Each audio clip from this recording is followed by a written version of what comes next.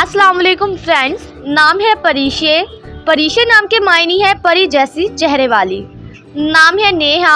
नेहा नाम के मायने है खूबसूरती और हसीन। नाम है तहरीम। तहरीम नाम के मायने है इज़्ज़त और तकद्दुस। नाम है उस्वा। उस्वा नाम के मायने है मिसाल और नमूना। नाम है अरमा। अरमा नाम के मायने है मजबूत और ताकतवर। नाम है गुलनैन। गुलनैन नाम के मायने है गहरी आंखों वाली। नाम है उशना। उशना नाम के मायने है खुशबूदार और महकदार। नाम है अजीन। अजीन नाम के मायने है संवारना और सजाना। नाम है रमना। रमना नाम के मायने है सैरो तफरी करने वाली। नाम है मिनाल। मायने है असूल और कामयाबी। नाम है बरीरा। बरीरा नाम के मायने है परहेजगार। नाम है इम्तिसाल। मायने है फर्माबरदार। नाम है उर्वा। उर्वा नाम के मायने है सोने के कंगन।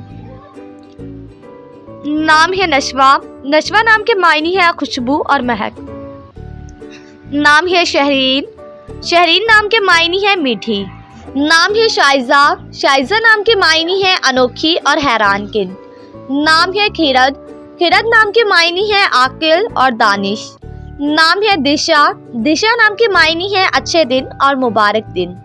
नाम है हुदा। हुदा नाम के मायने है सीधा रास्ता। नाम है हुरैन।